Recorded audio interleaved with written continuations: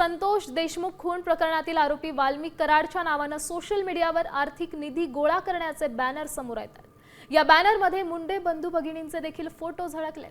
वाल्मिक कराड संघटना मित्रमंडळ मजबूत करण्यासाठी तसंच सोशल मीडियावर अण्णांचं नाव आणि चेहरा कायम दिसत राहावा यासाठी आपलं आर्थिक सहाय्य अत्यावश्यक आहे अशा आशयाचा मजकूर लिहिण्यात आलाय।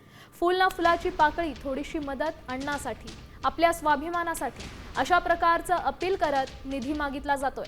या बॅनरमध्ये फोन पे QR कोड देखील देण्यात आलाय। तो संदीप गोरख तांदळे या व्यक्तीच्या बँक खात्याशी संलग्न असल्याचं उघड झालंय। न्यूजवर जो बॅनर जे व्हायरल केलंय ते कोणीतरी बनावट बनवून त्याच्यामध्ये एडिटिंग करून ते सर्वत्र पसरवण्याचं काम केलंय। त्याच्यामध्ये उद्देश फक्त हा आहे की माझी बदनामी करायची, मला कुठेतरी खोट्या गुन्ह्यामध्ये अडकवायचं, याच्या पलीकडे दुसरं काहीच कारण नाहीये।